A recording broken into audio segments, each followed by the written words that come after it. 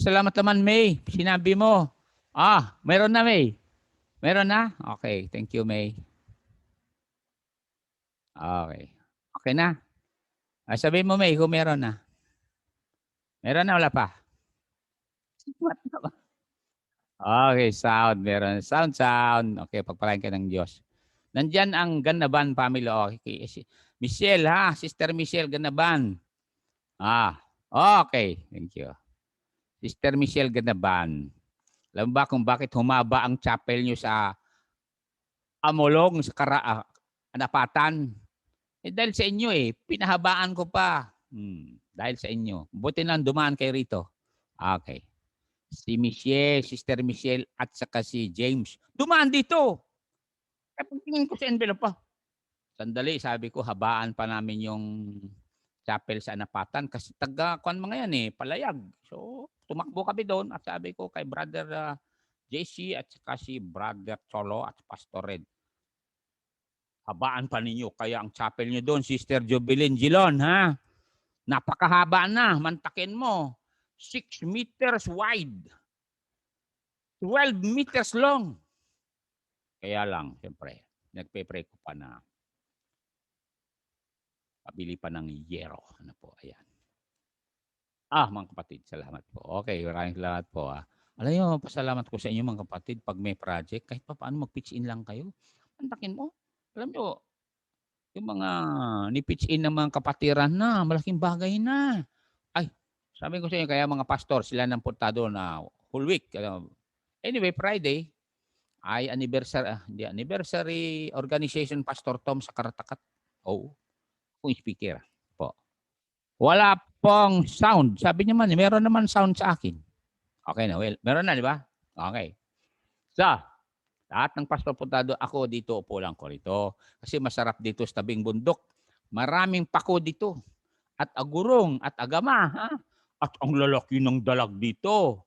Mamimingwit ako rito. At kung tanghali, ay dala ko yung aking ergan, mag-ergan ako sa mga pigeon dito. Kaya kayo mga pastor, kayo muna magsimento dyan. Sa totoo na stiff neck ako sa kasisimento ngayon nga lang ang aking palad ay ang bira, nakaputukan. Oo. So, ayun lang pastor mga kanyan. Okay, thank you, sabi ni Sister Michelle. Okay, doon mo i-dedicate yung anak mo, Sister Michelle, Kasi sabi ko, habaan yan dahil taga rito yung mga Ganaban. Doon pa nga ako nagpagupit, mantakin mo yun. Walang magugupit together raw, bawal pa. So, pumunta kami Anapatan. Pagdating namin sa Anapatan, wala. Pagpunta ng palayag, nandun si Jonel Iringan, o baka nanonood ka, Jonel Iringan, ang ganda pagkupit mo sa akin. Parang paggupit din dito sa mga bundok. Ano po. Okay. Sana po tayo sa lesson natin. Ang lesson natin, part 2, Sir James, ay tungkol pa rin kay Naomi, di ba?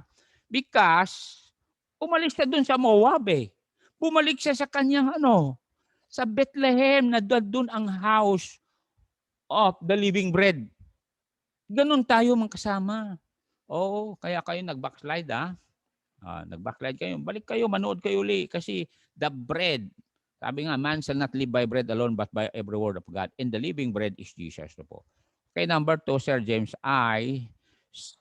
ito na, Naomi trusted God she trusted God in relation to her departed loved ones for a eternal reunion. Ulitin ko Kasi naiwan yung mister niya doon, nailibing yung mister niya doon. Hindi sa India. Hindi na COVID yun. Wala pang COVID nung araw. Maaring heatwave. Wala pang heatwave nung araw. Naiwan si Elimelech doon, si Silion, at saka si Malon po. Pero, hindi niya dinala yung mga bangkay doon sa house of the living bread. Hindi na. Kasi Bethlehem is the house of bread and the living bread. Ano po? Okay, thank you, May. Okay, salamat. Mukhang pinanganak ka ng May kasi okay ang mukha mo. Okay. Ready? Punta tayo sa verse na ito. She trusted God in relation to her departed loved ones for eternal reunion. Job 19:25-26. Ready na kayo dyan? Job chapter 19:25-26. Kaya nga, tayo na nauna ng mga loved ones natin, huwag tayo gaano masaktan. You know why?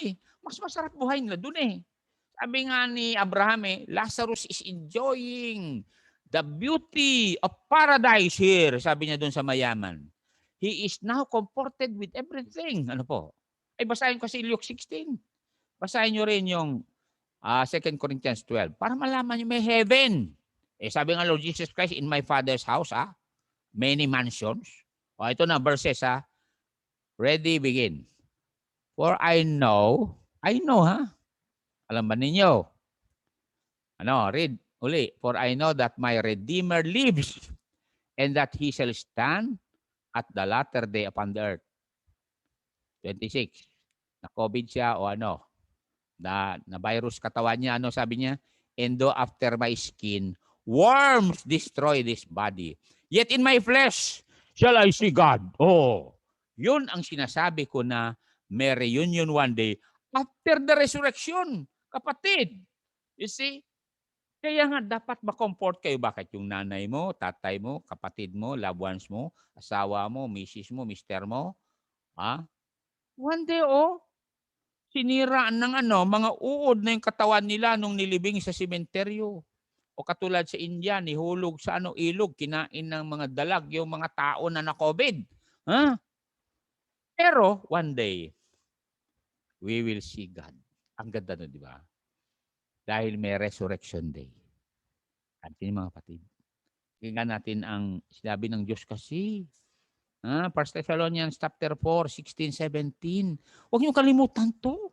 Dahil, ano bang buhay natin dine, ha? Ano ang buhay natin dine? Sabi ng Panginoon, parang singaw lang ng sinaing. Nagsaing na ba kayo? Kaya, ang comforting statement ni Apostle Paul sa atin ay, sabi niya? Sige.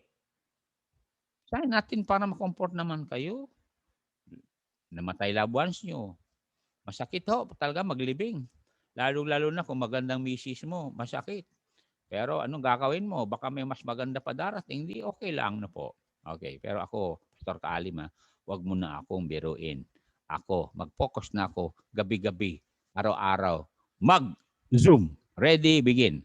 For this we say unto you, by the word of the Lord, by the word of the Lord, palagi, hindi by the word of Billy, that we which are alive and remain unto the coming of the Lord shall not precede. Kung hindi daw natin unahan, shall not prevent them which are asleep. For the Lord Himself, salamat, hindi herself, Himself, shall descend from heaven. Saan galing? Umakyat sa 7, remember, 40 days after resurrection. The Lord Himself shall descend from heaven with a shout, with the voice of the archangel, and with the trumpet of God, and the dead in Christ shall rise first. Salamat. Mabubuksan na yung libingan ni Inday. Hindi ko natakbuhin doon, hindi na. Makita lang kami sa ere. Kasi sabi niya, we which are alive and remain shall be caught up together with them in the clouds, diba? And then sabi niya, the dead in Christ shall rise first. Verse 17, then we which are alive and remain shall be caught up together with them in the clouds to meet the Lord in the air, and so shall we ever be with the Lord. Wherefore, comfort one another with these words. Yun ang pakay ko rin nandirito sa harapan nyo. I-comfort ko kayo. Na siyempre, tutulong luha nyo, maalala yung nanay nyo. Pantakin mo, nanay nyo Dati-dati, hinatiran ka ng nanay ng pagkain sa kwarto kasi tamad mo kasi Oo. Ngayong daughter-in-law, naman, magpakasipag kayo, hindi kayo hatira ng mother-in-law nyo pagkain sa bahay nyo.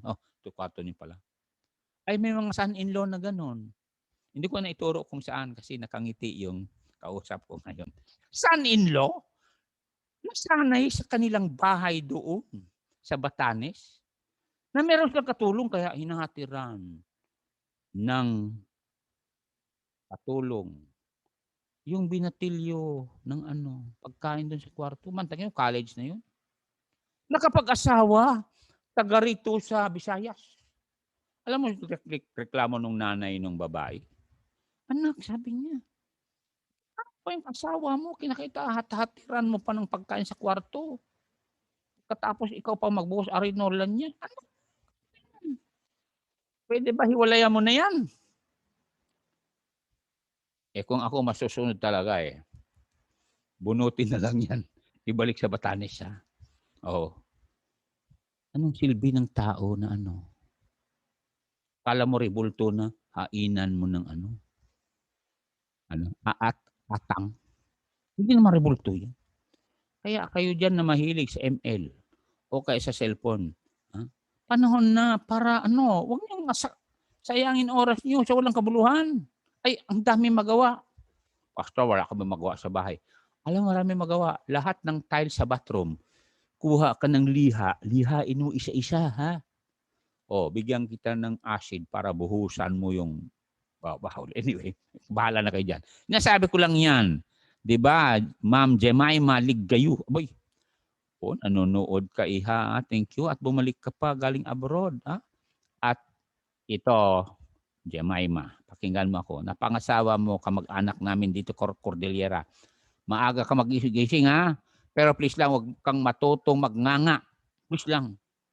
Mamaya pag kinakausap ka namin, pag ganyan-ganyan ka, wag na. Okay. Ngumiti siya. Maraming salamat. Ay, bilin ho to. Bawal. Diyan sa tabok sa inyo. Nakalagay doon sa dingding, di ba? Ng Capitol. It is prohibited to spit on the wall. Mambira. Yun lang ang lugar na may ganun na signboard. Wala kang matagpuan sa whole world. Wala. Yun lang. Sa inyo lang. Oo. Ay, magbaon ka na lang ng plastic. Doon ka na lang magdura. Ganon. Okay? Gusto ko lang magkwento mga kapatid kasi nasa Cordillera ko. Tignan nyo ang ganda ng likuran ko. Alam nyo kung wala ng COVID, bang kasama, mamasyal tayo rito. O Brother Ray Darisan, dalhin mo yung airgun mo rin. Ay, ang daming mabaril dito ng mga ibon. Maliban dyan, yung mga dalag, halos makita mo yung ulo ng mga dalag kung umaga. Ay, sabi ko sa inyo. Oo, yan. Naalala ko tuloy si Okay, Evelyn Galano Donato. Maraming salamat po, Ma'am Evelyn. Kinakailangan natin ang lesson na ganito dahil one way or another, may loved ones kayo pumanaw, di ba? Ito si Naomi, alam yung ginawa niya? Basahin ko ulit para maintindihan nyo. She trusted God in relation to her departed loved ones, mga loved ones niya, for eternal reunion. Naiwan sa Moab yung mister niya na gwapo. Ay, napakagwapong mister niyan. Ang ilong niyan, makita nyo, ni Google ko nga ang ilong niyan. Ang tindi ng ilong niya. Kaya lang, satisfied ako sa ilong ko rito. Magkailong kami ni May. Di ba, May? Okay, thank you. Jem, yung ilong mo, ha? Sino pa may ilong na kasing ilong namin, ha? Okay, wala na. Okay. Ang ilong nyo, mas satisfied na ka sa ilong nyo, ha? Okay na yung ilong ko. Tama-tama lang sa mukha ako, di ba? Kaya please lang, be content of what you have. Yun ang dahilan kung bakit satisfied si Brother Ralph at saka si Sister Joanne or kontento mga taong ito. You know what? Naalala ko, nung nandun kayo sa maliit na tirahan, okay lang kayo ngayon, malaking bahay nyo. Salamat at hindi kayo nakakalimot, Brother Ralph, Sister Joanne. Mayo nga aga, day, ha? Okay, ano tayo rito? Tignan niyo ito, Yung mga loved ones nyo na pumanaw, gayahin nyo si Naomi. Hindi na sa galala doon. You know why? She understands that kahit saan ka mamatay, darating ang araw na mabubuhay ka. Pakinggan natin ang Daniel, para malaman ninyo na meron talaga resurrection. Don't you know? Magkita-kita tayo uli. Lahat tayo. Either sa judgment seat tayo magkita-kita o sa white throne judgment. Huwag nyo kalimutan yan. Narinig nyo? Kaya, ito po namin na magkita-kita tayo sa judgment seat kasi lahat ng tao na makita doon sa judgment seat, mga saved. Okay. Anong sabi niya? Verse 2. Daniel 12, verse 2 and 3. Idagdag natin 3 kasi gusto ko pa number 3. Salamat, Brother Ralph. Okay, anong sabi niya? And many of them. Tuloy nyo. Kayo na namatay yung loved ones nyo na talagang masakit sa loob nyo namatay. Kayahin nyo si Ma'am Naomi, ha? Naiwan niya si Elimelech doon, pero alam niya darating yung araw na mabuhay si Elimelech at saka yung dalawa niyang gwapong mga anak. Ang kagwapo mga yan. Alam niyo kung tumingin ka sa mukha ng mga anak ni Naomi na yan, si Chilion at Malon, walang tigyawat, wala talaga. Saka walang nunal, wala. Kayo may mga nunal naman, magpunta kayo kay Ma'am Usman. Derma. Okay. And many of them that sleep in the dust of the earth shall awake. Some to everlasting life, my friends. Ang masakit. Some to everlasting contempt. Punta impyerno. Pero ikaw at ako, tayo na involved na nag-support sa missions. Ano sabi sa verse 3? Pastor, meron ba talaga? Oo, na maraming naabot dahil sa inyo. Nagpadala tayo ng pastor doon sa Pakak. Pakak, narinig na ba niyo ang Pakak? Ang Pakak yan, parang kanyan. Jakpot. Oo, pero lugar, dalawa. Pakak 1, Pakak 2. O alam ni Michelle Gadaban, lasama. Di ba? Abay, may nagmi-mission na tayo doon. Kasi ayaw natin mga tao doon pagdating ng araw. Verse 3. They that be wise shall shine as the brightest of the firmament. And they that turn many to righteousness as the stars forever and ever. Tayo na nag-soul winning. Na-save sila. Alam niyo mga kapatid, forever na makasama natin sa heaven because what Jesus did on the cross. What Jesus paid on the cross. Tingnan natin itong Isaiah 53 verse 6 para maintindihan nyo na you will shine in heaven forever and ever dahil nahugasan ka na sa kasalanan mo. Lahat ng kasalanan mo, bayad na. Alam niyo ibig sabihin nun, kapatid? Ikaw ay talagang tubos na. Ito ang good news, ha? Kung hindi po naintindihan ito, ay ganito yan. Ito, basahin nyo, ha? All. The only verse in the Bible that begins with all and ends with all. Ready, read. All we like sheep have gone astray. We have turned everyone to his own way. Totoo nga naman, nagwala tayo, naki-boyfriend ka, naki-girlfriend ka, sama ka. Ganyan ginawa mo noon. Pero ngayon narinig magsisi ka anong ginawa ng Diyos. And the Lord had laid on him the iniquity of us all. Kaya walang magreklamo at maki-argue sa harapan ng Diyos sa white throne judgment na walang nagawa ang Diyos para sa iyo. Hindi, ginawa lahat ng Diyos para sa iyo, kaibigan, kinakailangan magsisi at tanggapin mo si Jesus. Bakit? When Jesus died on the cross, anong sabi niya? It is finished. Tapos na ang transaction para matubos ka, kaibigan. Kung hindi ka pa save. Kung gusto mo ma-save, salamat ka sa Diyos. Salamat po, Lord Jesus. At tinubos mo na ako. Ito na po ako. Tinatanggap ko ang ginawa mo sa cross para sa akin. Salamat, Lord Jesus. Iligtas mo po ang aking kaluluwa. Sabihin mo, ganon yan. Kinakailangan na yan sapagkat, parating na yung anniversary ng capture of the eternal city named Jerusalem. Yan ay yun. 7. Bakit? Yung 6 day war, naibalik. Pakinggan niyo ako, naibalik sa Israel after 50 years. From 2017 to 1967, 50 years yan ayon sa Leviticus 25 na dapat ibabalik sa Jewish yung kanilang syudad. Ay mga kasama, kung naintindihan lang ninyo yung chart na ginawa ni Engineer Clarence Larkin, ay i-search nyo yan, Clarence Larkin, makita yung chart na when the Jews will return to Israel, the time of their Messiah to come is about to descend. Kaya nga, hindi aksidente na 2018 doon nilipat ni President Trump ang US Embassy. Narinig nyo? At sinabi ko sa inyo, pakinggan nyo ako, kung nanalo pa si Trump, malayo pang rapture. And dahil nanalo si Joe Biden, malapit na. You know why? Joe Biden, anti-God yan. Anti-Israel yan. O tignan nyo, paano ang binigay niya naman sa mga Hamas. Ginawa lang ng mga Hamas na pambili ng racket nila. Yan, pag-upo ni Biden noong January 20, Kaya nga lakas ng loob ng Hamas eh. Tingnan ng Iran. Nakipagkaibigan ang Biden si Iran, you know why? Kasi si Biden, may utos ang Vatican dyan na ang Iran, kaibiganin ni Biden, para ang Iran mag-nuclear, i-wipe out ang mga Hudyo para ang Pope paupuin ni Biden doon sa Jerusalem kasi hindi nakarating si St. Peter sa Rome. Wala yun. Si Paul ang nakarating sa Rome. Kaya, naalala niyo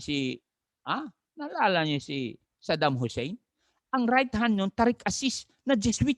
Kaya mapansin nyo, kahit hindi niya kalaban ang Israel, pinapalipad yung mga Scud missiles Israel para ma-wipe out ang Israel para uupo ng Holy Father daw doon sa Jerusalem. Kaya nga, nung narinig ko si Hadi Samir, nandun na sa Jerusalem at pinahintong Israel na magbomba sa mga Hamas. Yan ang man of peace, my friend, man of peace. Kaya may peace ngayon, temporary peace. Kaya, kung hindi pa kayo saved, peace lang. Tumawag kayo sa Savior. Yun ang gawain niya eh. O katulad sinabi ko kay Jonel Iringan, ano bang gawain mo? Sabi ko sa kanya, manggupit. O, pwede ka bang manggupit sa anapatan? Oo, sabi niya, taga-gupit ako eh. O pwede mong iwanan barbershop mo? Oo, hindi naman yung barbershop maggupit eh. Ako. Alam ibig sabihin nun? Hindi yung iglesia o eklesiya, yung building ang alis sa kasalanan nyo. Ang mag-alis sa kasalanan nyo, mismo yung tagapagligtas. At kahit saan, pwede kayo iligtas. You know why? Ang pangalan niya, ayon sa Matthew 1:23, ay basahin natin. Huwag kayo maniwala sa mga kulto na doon lang kayo masave kung pumasok kayo simbahan nila. Wala yan sa Bible. Please lang, magbago na kayo. Sino pa magsabi sa inyo yan? Ha? Ako na nagmamahal sa inyo. Ako na may malasakit sa kaluluwa nyo. Ready? Read. Behold, a virgin shall be with child and shall bring forth a son. They shall call his name Emmanuel. At ano ibig sabihin? Which being interpreted is. Mapansin nyo? Is God with us. Pwede kayo masave ngayon. You know why? Si Jesus kasama nyo sa oras na ito. Omnipresent siya eh. Huwag kayo maniwala. Tao lang siya na kinakailangan maggawa ka pa ng maraming hagdan na sa Santos para makarating doon. Wala yun sa Bible. Jesus is with you right now. Omnipresent nga eh. At ang kanyang omniscience, nababasa niyang loob mo kung malungkot ka, kung ikaw ay desperada. Nababasa niya yan. Kaya sabi niya, anak, I can heal your heart. Let me in. So John chapter 2, basahin natin para makita nyo na alam ni Jesus ang damdamin mo, ang kabiguan mo. Ilang beses ka na ba nabigo, iha? Ha? Ayun, ngumiti siya. Salamat. Okay. Verse number 24 and 5. Ito na. Kayo mga nabigo. Please lang, magsumbong kayo kay Jesus para gaganti si Jesus. Mamaya, katulad kayo ng kwento ko sa inyo, gumanti si Jesus. Tuloy. Ready, read. But Jesus did not commit himself unto them because he knew all men. Next verse. Tingnan natin to. And he needed not that any should testify of men. For he knew what was in men. Alam niya ang nasa lubong ngayon. Kaya nakikita niya kung empty ka, sabi sa iyo, let me come in. Let me come in. Ito. Alam na alam ng Diyos kung saan yung mga tao na mandaraya, ng bibigo, ng tetredor. Yung kinuwento ko sa inyo, kakilala ko, porket yumaman dahil marami siyang nakuhang narra dito eh. Yan, dito sa likod ko. Abay, nagbenta yan ng magagandang furniture, narra. Abay, sa kanyang pagbebenta, nakilala ng dalaga. Nung nakita ang dalaga, marami siyang pera. Talagang sumama. Pero Kristiyano to. One day, habang naliligo, nag-ring yung cellphone niya. Kuna ni Mrs. Ada girlfriend mo la kaya. Ay, haan ko na. Haan ko nga girlfriend deta. Kaanak ka, Klein. Ano kaanak ka? Muntik mapunta sa pakak. Ano ba? Hindi nagtagal. Sabi ni Mrs. Meron eh. Meron. Yung pera mo nga, malaki ng bawas. Diba? Ang singilin mo dapat doon, 20,000. Bakit ang naiwan, 5,000? Ay, bakit ko nag-repair sa sasakyan ko? Oh, alam mo, yung mga sinungaling na makasalanan ng mga may tinatago. Isang araw, nagdadrive itong taong ito sa kanyang sasakyan na may daladalang mga furniture. Abay, biglang yung isang gulong niya, lumihis sa kalsada, sumamalat ang sasakyan. Naitapon talaga. Pagtapon, tumama sa kahoy. Yung kahoy hindi nabali, nag-flexi lang. Alam nangyari? Yung kahoy ay nagbaw, pero binalik ng kahoy sa kalsada. Una na, ayamanak ni Apo Jesus, inikanak pay, the second chance. Apo, agbabawi akon. Ayun, sinabi niya sa misis niya, totoo misis, at dati girlfriend ko, gamin misis, ay nasaya at ti pang asikaso na kanyak, numayak iday, ikanak ti kape, ikatenit sapatos ko, punas-punasan na bansiling ek ko. Iso nga, bakit na in love baking kwa na? Si kagamin, umayak ito'y kay sa puli insigida, kwarta. Bakit hamo met aramidin detain aramidin met bakit ti inaramid deta nga balasang sabi daw niya totoo nga naman yung mga misis nakangiti kayo kayo mga misis gawin ninyo sa mga mister niyo amoy lupa totoo nga kayo hindi bedridden mister niyo totoo yan alam niyo na ilang araw lang man na bedridden si Inday talagang mahirap magpalit ng diaper alam naman niyo pagpalit ng diaper, di ba? Basta, di ba? Kinakailangan meron kang mga swipe, di ba? O intindihan niyo yan. Kasi yung kamay na ni Inday, hindi na makakilos mga ilang araw bago pumanaw. So, ako na lahat. Nako. Buti nga nandyan si Faith. Nandyan yung mga Donato, anak ni Evelyn, na mga nurses na nagkabit ng pangalan nito, suwero, para ma-extend pang buhay ni Inday at nakakausap. Anyway, makausap ko si Inday pagdating 7. Anyway, tama na, baka luluha pa ako. Next. She was confident. Pakinggan ito. Naomi was confident to leave the bones of her husband and her two sons because she knows that there will be a reunion, beautiful reunion, one day. Nasabi ng Revelation 21:4 ang ganito. Di ba ang gandang reunion na ganito? Na wala nang maghugas ng plato. O ikaw dyan na daughter-in-law, sakit ng loob mo, naghugas ka ng plato ha. Ano sabi niya? Sige nga. Ano sabi? Yan ang magandang reunion. Kaya nga, Naomi was confident to leave the bones of her husband and her two sons because there will be a beautiful, grand reunion one day. Ready? Read. And God shall wipe away all tears from their eyes. There shall be no more death. Ganda, ganda. Neither sorrow. Ay, sarap. Nor crying. Wala nang iiyak. Kaya ikaw ha. May, wag ka nang iyak ha. Jem, wag ka nang iyak ha. Oo. Mary Rose, wag ka nang iyak ha. Mabuti pa si Joanne hindi umiiyak yan kasi mabait si Ralph. Brother Ralph. Neither sorrow nor crying. Neither shall there be any more pain.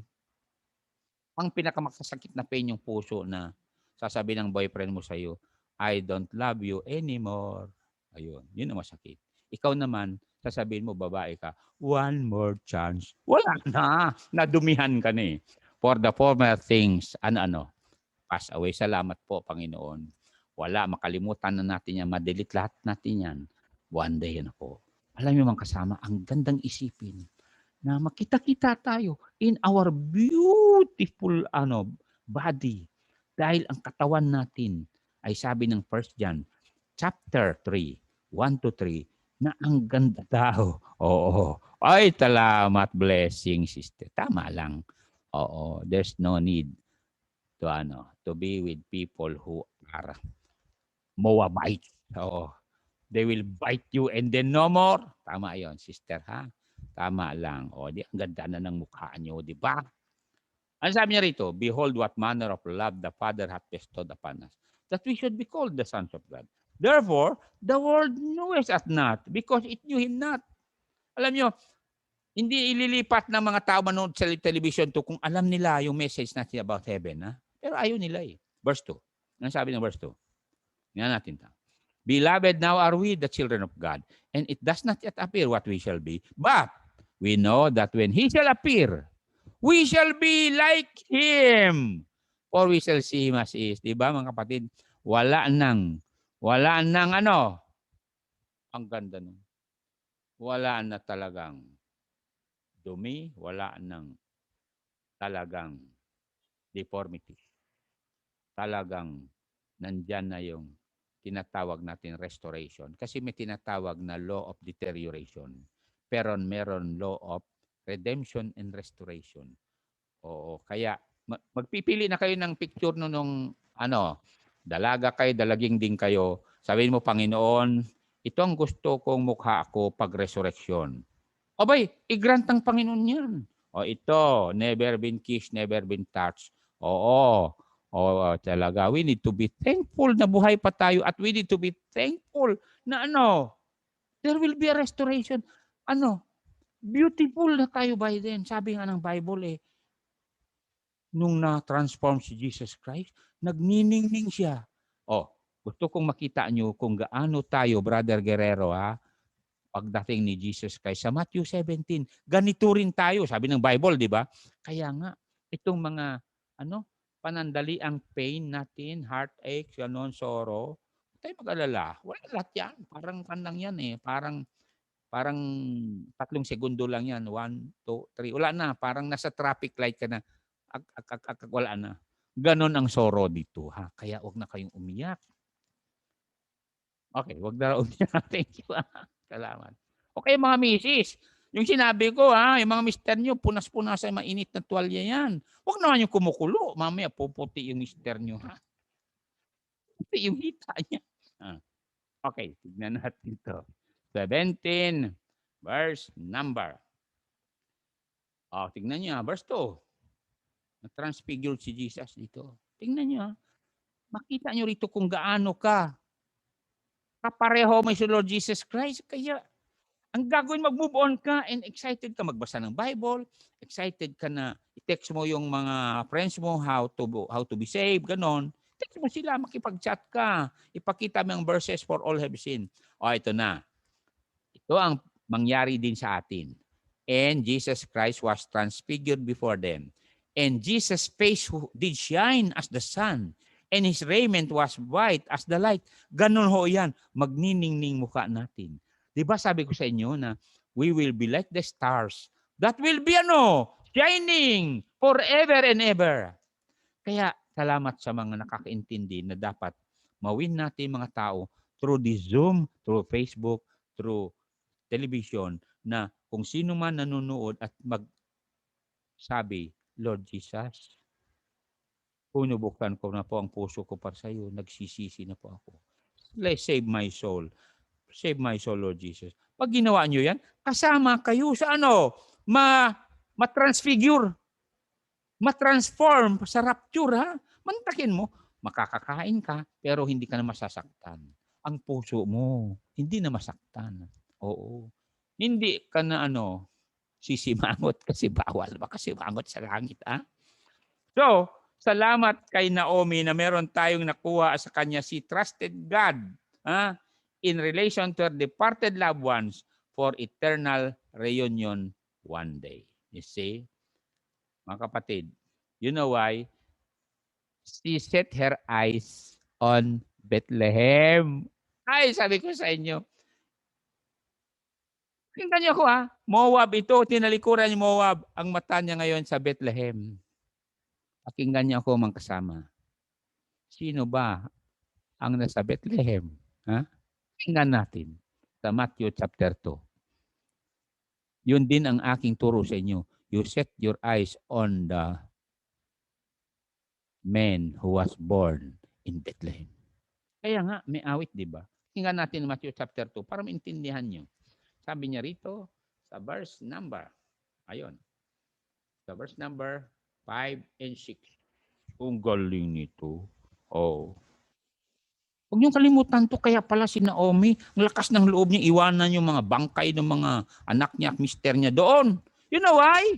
Verse 5 and 6, basahin natin. Iniwanan niya talaga yung Moab. Panay gutom dun sa Moab eh. Alam niyo, may mga tao panay gutom. Kahit nakakain ng ganito, may material blessing, gutom. You know why? Wala pa yung Jesus na pinanganak sa Bethlehem sa kanilang puso. Ready? Read. And they said unto him, saan? In Bethlehem, kayo ng mga Mormon, hindi sa Jerusalem pinanganak si Jesus, Bethlehem. For thus it is written by the prophet, and thou, Bethlehem, in the land of Judah, art not thou the least among the princes of Judah, for out of thee shall come a governor of the whole world one day, that shall rule my people Israel. Ay na ayaw ni Satanas, basahin natin to. Kasi uupo si Jesus Christ as governor in the whole world at uupo siya doon sa Jerusalem. Ayaw ni Satanas yan, lalo-lalo na itong nakalagay sa Jeremiah 3:17. Tingnan nyo Jeremiah 3:17, ayaw ni Satanas yan. Oo, alam nyo man Satanas. Ay, alam nyo, si Satanas talaga. Kaya nga, kung maaari, istorbohin niya tayo. Oo. Kaya nga, yung dalawang pastor natin, naawa ako dahil talagang na-divert sila sa materialism. Tuloy, wala silang naitulong sa building. Kaya umiiyak. Okay. Ang sabi niya, at that time, pagbaba ni Lord Jesus Christ, pagbaba ni Lord Jesus Christ, ang sabi niya? That time, they shall call Jerusalem. Ay pinag-away ng Jerusalem ngayon. The throne of the Lord. All the nations shall be gathered unto it to the name of the Lord. To saan? Hindi to Manila, to Washington, to Jerusalem. Kaya pinag-away ng Jerusalem, di ba? Kaya nagkagera sila ngayon lang, di ba? Katatapos lang. Because of Jerusalem. Neither shall they walk anymore after the imagination of their evil heart. Papalitan ng Diyos ang puso nila. Kaya sabi ng songwriter, O little town of Bethlehem, how still we see the lie. How still we see the lie. Above thy deep and dreamless sleep, the silent stars go by. Yet in thy darkness streets shineth. Ulitin ko. Yet in thy darkness streets shineth the everlasting light. Jesus yung everlasting light. Mantak yung lumiwanag, di ba? Di ba may star, tapos lumiwanag. Liliwanag din ang buhay mo kung tanggapin si Jesus. The hope and fears of all the years are met in thee tonight. For Christ is born of Mary and gathered all above. While mortals sleep, the angels keep their watch of wandering love. O morning stars together, proclaim the holy birth, and praises sing to God, the King. Mantakin mo yung pinanganak doon, God the King pala. And peace to men on earth. Kung wala pa kayong peace sa heart nyo, call on Jesus. How silently the wondrous gift is given. So God imparts to human hearts the blessings of his heaven. The greatest gift from heaven is Jesus. No ear may hear his coming, but in this world of sin, where meek souls will receive him still. Kaya bukas pa ang kamay ni Jesus, nag-anyaya, come unto me only that labor and are heavily laden, I'll give you rest. Why not come to Jesus? Lapit na kayo at sabi, Lord Jesus, ayaw ko maiwan sa tribulation period. The dear Christ will enter in because he said, if any man hear my voice and open the door, I'll come in. Why not say, come in, Lord Jesus, to my heart. Naghanap ako ng kasiyahan, lahat na, drugs, pera, babae, lalaki, yung mister, yung ganito, ganon. Wala. Punta ako doon sa mga sa Disneyland. Wala pa rin. Punta pa ako sa Mount Everest. Wala pa rin. Nahulog tuloy ako. Sabi mo, napilayan. Verse 4, O Holy Child of Bethlehem, descend on us, we pray. Cast out our sin and enter in. Yun ang magandang sinabi rito eh. Lord, cast away our sins because you are the Lamb of God that takes away the sin of the world. And please come in. Born in us today. We hear the Christmas angels, the great tidings, glad tidings tell. O come to us, Lord Jesus. Abide in us and with us, our Lord Emmanuel. Ang ganda. Wala na kayong ibang Lord. Wala na kayong Savior. Wala na kayong King. Kundi si Jesus. Why not? Tell Him, Lord, salamat po na ang aming mga loved ones ay nasa sayo na sa heaven. Alam niyo mga kapatid, hindi naman ako against. Kasi ang kuya ko, bayaw ko, pamangkin ko, ay ginastusan nila ng husto. Bakit? One day, sabi ko, saan si kuya? Sabi ko, nandyan. Di ba nilibing ninyo? Hindi, nandyan. Saan? Nandun daw sa maliit na jar. Urn. Sabi ko, yan na yung kuya ko. Hinawakan ko yung urn. Aba, mabigat yung urn. Pero don't you know, pag nasunog palang tao, 1 kilo lang. Minsan. Pati pamangkin ko, gumastos sila para i-cremate. Dapat ginaya nyo si Naomi, iniwan na lang ito sa Kuwan. Sa Moab. Alam mo ginawa nila? Kasi sa Bible way, pag namatay ngayong umaga, ilibing mo hapon. Diba si Jesus namatay ng alas 3? Ha? Before alas 6, nilibing na. Oh, kaya hindi na gastusan si Naomi doon sa Kuwan. Sa Moab. Bakit? Yung mga tao doon, nung namatay ng COVID, nilibing agad. No po? Hindi COVID. Hindi ko alam. Pero maraming namamatay COVID ngayon kasi. Kasi alam niya na one day makita niya si Marlon. Mahal niya Lolon. Ano po? Si Cecilion. Ano po? At siyempre, si Elimelech. Alam ibig sabihin Elimelech, kapatid? God's man yan. Kaya lang dahil nag-backslide, inisian ng Diyos buhay niya. Oo. Tama yun, sister, kasi mamamatay ang tao. Alam nyo, one day, itong mga nagmamahal sa kanilang tatay, kahit saan sila punta, dala yung urn. Oo, dala yung urn. Kahit punta sila sa park, dala yung urn. Ngayon, pagdating sa park, nilagay nila sa ilalim ng mesa yung urn. May mga naglalaro na bata ng bola doon sa park. Abay, tumama yung bola doon sa urn. Naibuhos! Sabi na naibuhos si tatay. Naibuhos daw si tatay. Anyway, hindi naman ako against. Pero don't you know mga kapatid, mas maganda yung namatayang tao, ilagay sa libingan. Mas maganda yun eh. Kaya lang, mahal na rin libingan ngayon. Lalak si Pastor Dan Culyado. Gumawa siya ng multi-milyon. Magkano milyon yun? Pinaganda talaga. Sabi Pastor Culyado, magkano? Huwag ka na maingay. Sabi niya, mahal masyado. Mahal pa nga sa chapel ko yan, sabi niya. Oo, totoo yan. Pantakin mo. Ang ginastos na natin sa napatan, halos aabot na ng 150,000. Totoo yan. Halos na. Totoo yan. Binilang-bilang ko na eh. Oo. Hindi pa tapos. So, mantakin mo kung 2 million yung linoleum, hindi, musilinium na yun eh. O ilan ng, kasi pag nakaabot na ng 200,000 yung building sa Anapatan, natakpan na yon. Nalagyan niya ng kahit hindi pa finishing, nalagyan na ng flooring yun. Kaya, salamat po sa mga gagandang loob, ng mga kapatiran. Naintindihan nyo ang burden ng inyong pastor. Bakit? Para walang masabi yung mga tao diyan sa Central Amulong, West Amulong, na hindi makinig. Oo. Lalo na yung bata, sabi ng bata, John 3:16. Aba, ang ganda no. Kaya nga yung batang yun, bigyan ko nga ng maliit na dal. Huwag mo kalimutan, Pete, yung dal. Para hindi na madaldal. Okay. Okay, tingnan natin to.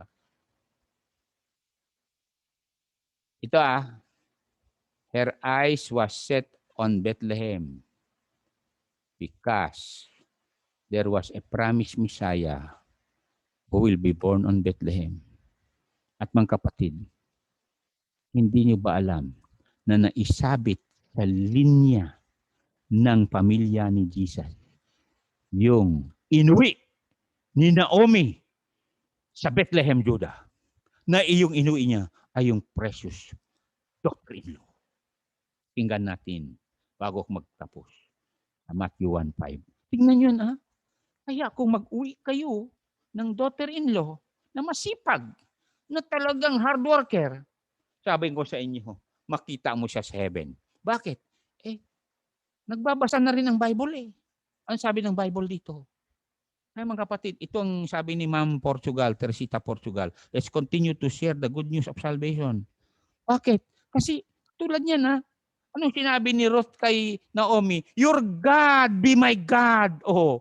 Kung sabihin din ng mga loved ones nyo, your God, the Lord Jesus Christ will be my God. Di ba ang ganda nun? Makita natin sila sa heaven. May kapatid, mamamatay lahat tayo. Hindi ko alam kung kailan ako mamamatay. Pero sa edad kong ganito, sinabi nila, amoy lupa na raw ako. Kaya ayaw ko na mag-asawa, baka makipag-away pa ako sa 21 years old na baging makapangasawa. Araw-araw sabihin ka pa nga naman, amoy lupa ka. Wag na, baka dago kang. Oh, sorry. Ready? Verse 5. Go. And Salmon begat Boaz of Rechab. And Boaz begat Obed of Ruth. And Obed begat Jesse. Jesse, tatay niya yan. Si tatay ni David yan.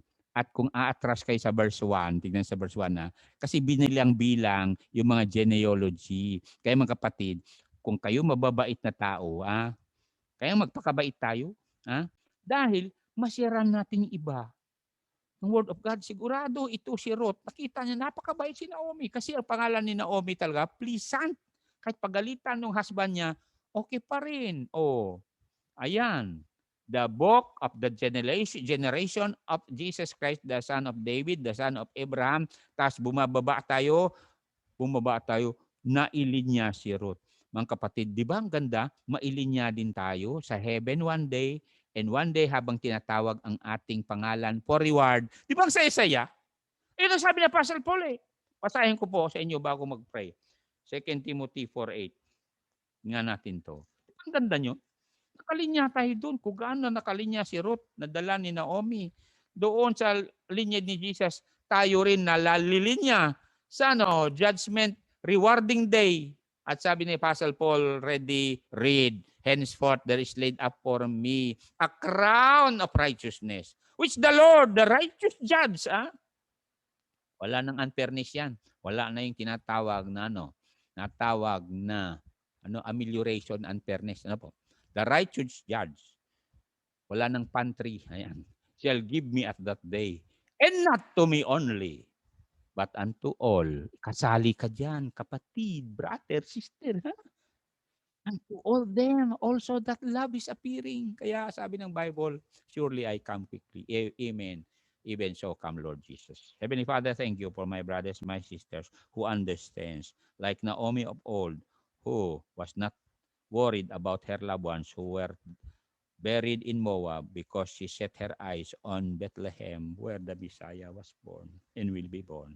Help us, Lord, to look back and just thank you for what you did, not only in Bethlehem, but on the cross where Jesus shed his precious blood for all of us. And I pray, Lord, that our hearts will be open in our television program, in our YouTube, in our Facebook, for you to be their Savior. Because one day you will come and sit on David's throne in Jerusalem. Lord Jesus, please send your Holy Spirit to all our loved ones and friends, all people of the world, that they may accept you and in turn receive you as their Savior, repenting of their sins. I now give all the praises, the glory, and the honor, the praises to God our Father, in Jesus' name. Amen.